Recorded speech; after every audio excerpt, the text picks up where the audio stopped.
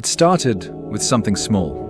My friend told me he saw me standing at the subway station yesterday around 3 p.m. Problem is, I never left my apartment that day. I laughed it off at first. Maybe he saw someone who just looked like me. But then, he described what I was wearing, exactly what I wore the day before, down to the hoodie with the torn pocket and the scuffed sneakers. That wasn't coincidence. That was me. But I wasn't there. The next day, I saw him. Or I saw me. He was walking down the street across from my building. Same haircut, same walk, same damn limp I got from that sprained ankle last month. I ran outside. I shouted. He didn't look back. He just kept walking, like I wasn't even real. Later that night, Mom called me. She asked why I came over earlier without saying anything. She said I just stood in the hallway outside her apartment, staring at her through the peephole. And then I turned around and walked away. I told her I hadn't left the house all day.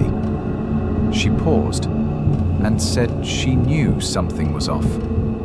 "It looked like you," she whispered, "but the way you smiled, it didn't feel like you at all." I could hear the fear in her voice. She wasn't joking. She genuinely believed she saw something pretending to be me. From that moment, I couldn't trust reflections. Every mirror in my apartment felt wrong. Sometimes I'd catch a glimpse of my reflection blinking a split second later than me, or tilting its head in ways I didn't. I recorded myself brushing my teeth. Normal, right? Except on the playback, the reflection smiled at the camera, and I didn't. I stood frozen, staring at the screen. There was no glitch. It was real. It wanted me to see it. I went to work the next morning, trying to act normal, but my co-workers looked at me strangely. Someone joked, "Didn't you just leave?" Another said I looked different today, less friendly. That's when I saw it. My computer was unlocked. Emails had been sent. Meetings booked. Files renamed. It had been here, pretending to be me. And no one noticed. No one could tell the difference, except me. I set up a camera in my apartment, just in case. That night, I heard movement at 3 a.m. When I checked the footage, I froze. There I was, walking into the living room, staring directly into the lens. But I was asleep in bed. I ran to my room. The bed was still warm. The door had been locked. So how did I get out? And how did I come back? I finally saw him again, in person. This time, he was outside my building, just standing there. I ran after him, my heart pounding. I chased him through the alleyways, turning corner after corner, but he never ran. He just walked, like he was waiting. Finally, he stopped and turned around. He had my face, my voice, but his eyes were empty. He didn't attack, he didn't scream, he just smiled and said, "You've taken up too much space. I've been waiting for my turn." His voice was mine, but hollow, like it came from inside a cave. I asked him who he was. He tilted his head and whispered, "I'm what's left when you lie to yourself long enough." And then he vanished. When I got home, something was off. My photos were changed. All the frames on the wall now showed him, not me. Birthday pictures, family portraits, even my driver's license. I wasn't in any of them anymore. It was like he'd always been me, and I'd never existed. Now, no one remembers me. My phone has no contacts. My keys don't open my own door. I tried talking to my best friend. He looked right through me. I went back to my mum's house. She screamed. She saw me as a stranger. He took everything. My name, my face, my life. And worst of all, he's doing a better job of being me than I ever did. I stopped sleeping.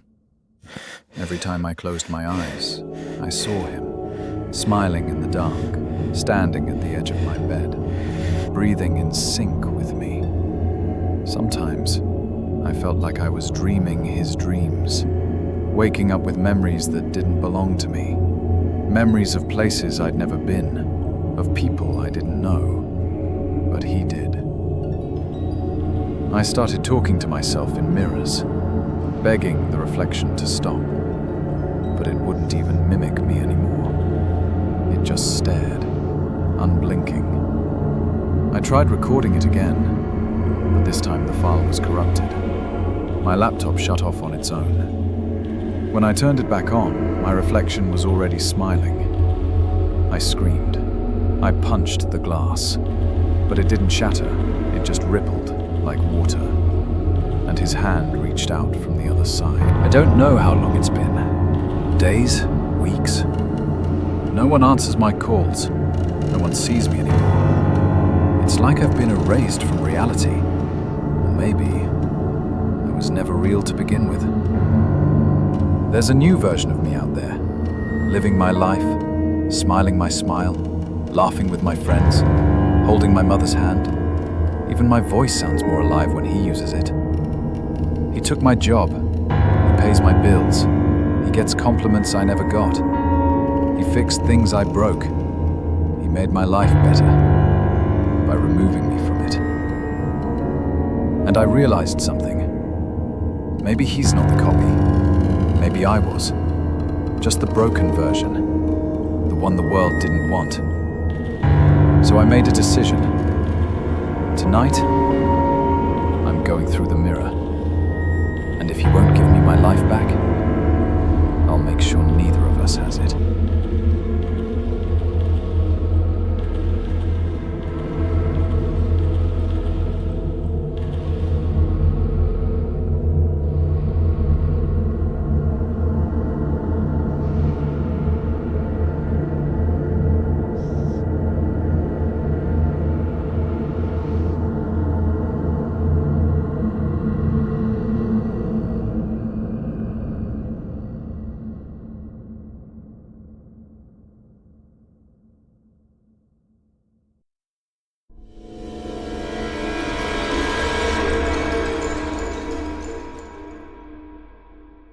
My name is Julia Wren. Until a few weeks ago, I was a data analyst at the Northern Transit Authority. It was a quiet job, checking train delays, technical logs, and departure patterns. I didn't care much about trains, until something strange showed up in the logs. A pattern, a 4-minute delay, always in the same spot. But that place didn't exist. The name on the glitch was Station 119. No address, no map reference, no record in any official database. Still, it kept showing up, again and again. At first, I thought it was just a labeling error, but then it appeared in old reports, years old, different trains, different conductors, same delay, same coordinates, same station that didn't exist. I asked Mike, my coworker. He laughed nervously. Station 119. That's a campfire story, he said. But 2 days later, Mike didn't come to work. His login was removed. His desk was cleared. And when I asked around, they all said, "Who's Mike?" I went home and opened one of my dad's old notebooks. He worked for the authority too, back in the 80s. I flipped through faded pages and found one line written in pencil. Beware 119. If you see it, forget it. I didn't forget. I booked a ticket. Train 7A, Minneapolis to Grand Forks. Car number 5, seat 14C. The ride was normal, quiet, until it wasn't. At exactly 9:42 p.m., the train slowed. No announcement, no chime, just silence. And through the window, I saw it. A platform covered in fog, a rusted sign, and one number, 119. No one got off. But when I turned, one passenger was gone. An old man who had been sitting across from me. I asked the conductor. He smiled politely and said, "Maybe you're tired, miss. We didn't stop." But I had it recorded. I had proof. Later, when I slowed the audio down, I heard a whisper. She saw us. I checked historical reports. Every time Station 119 appeared, one person went missing. Always one. And each of them worked in transit. Conductors, engineers, clerks, just like me. I started seeing 119 everywhere. In receipts, in dreams, even in mirrors. The station wasn't just a place. It was getting closer. His morning, I found a ticket on my door. Train 7A, same seat, same time. But this one wasn't printed. It was handwritten, with my name. I got back on the train. This time, when it stopped, I stepped off. The platform didn't lead to a station. It led to places I shouldn't have seen. My childhood bedroom, my dad's office, the archives, but twisted. Each door I opened led somewhere deeper, and time didn't move the way it should. I found a wall. Old photos pinned to it. One of them was me. At 8 years old, standing on a train platform. The date under it, 1996. Station 119. But I'd never been on a train as a kid. At least, I thought I hadn't. Each door took me further away from who I was. I started forgetting names, dates, my own voice. I don't know how much time has passed. I recorded a message yesterday and found it already saved on my phone. I think I'm stuck in a loop. Or maybe I've been here before. Station 119 doesn't take your body. It takes your narrative, your version of events, and replaces you in silence. If you see it, look away. Forget it. Don't step off the train.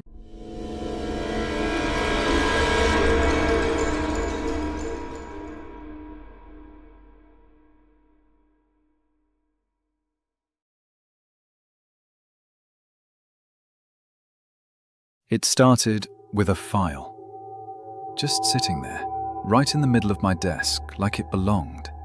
No name on the outside, just a stamped label, confidential, for internal review.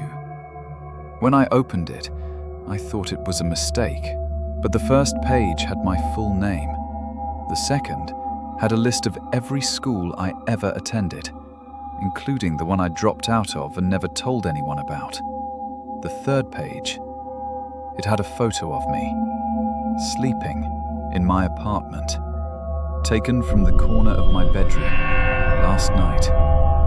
My heart froze. There was no note, no sender, and no one in the office claimed to know where it came from. Everyone just acted normal. The next day, another file. This time it was thicker, dozens of pages, timestamps of everything I did that morning. Brushing my teeth, checking my email, scratching my neck. There were screenshots of my phone screen, a full transcript of a phone call I had with my sister, even though I was using headphones. One page had a printout of my heart rate from 8:37 a.m. to 9:04 a.m. I checked my watch. It had no such tracking. I looked around the office, but no one seemed to notice. When I showed my supervisor, he didn't even look surprised. He just said, "Don't look at what's not meant for you." And then he walked away, like we'd never spoken. That night, I read the files again, line by line. That's when I noticed something that didn't make sense. One page said I made a phone call at 2:12 a.m., but I didn't. I was asleep.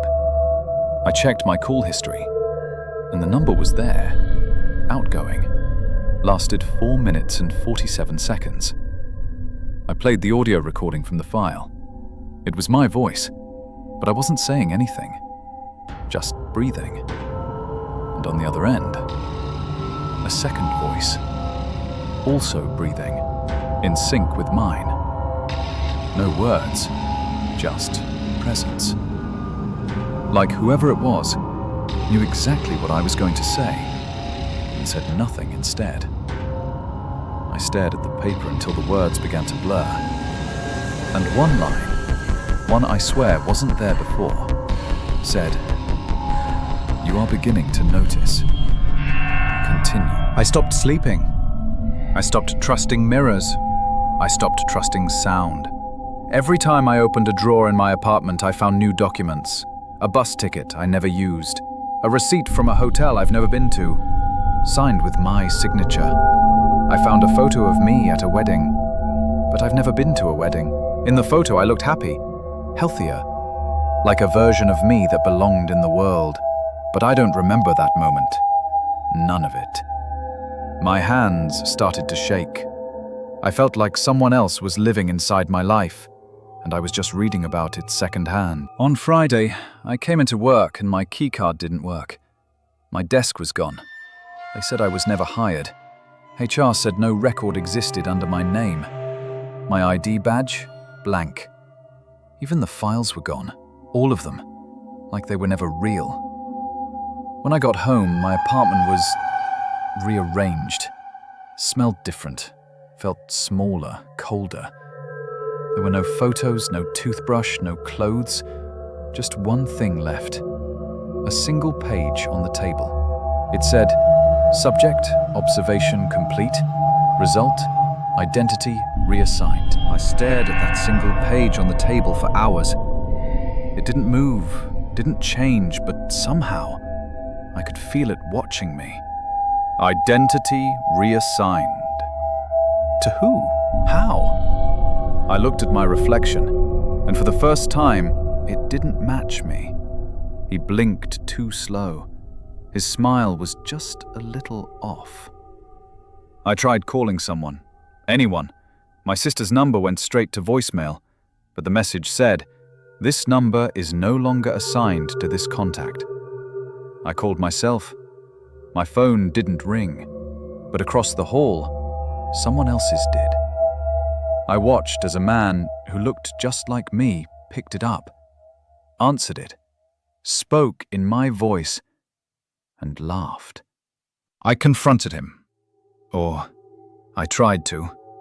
I ran after him. I shouted, "Who are you?" He turned slowly, his face identical to mine, but calmer, wiser. He looked me up and down like I was the one out of place. And he said one sentence I can't forget. "You were just the draft." Then he walked away. And as he did, everything around me started to flicker, walls changing, colors fading, my skin breaking into static. I ran home. The door wouldn't open. Because it wasn't my home anymore. Because I wasn't me anymore. There's no record of me now. No name, no data, no past. Just the empty folder. Still on that desk, waiting to be filled by the next draft.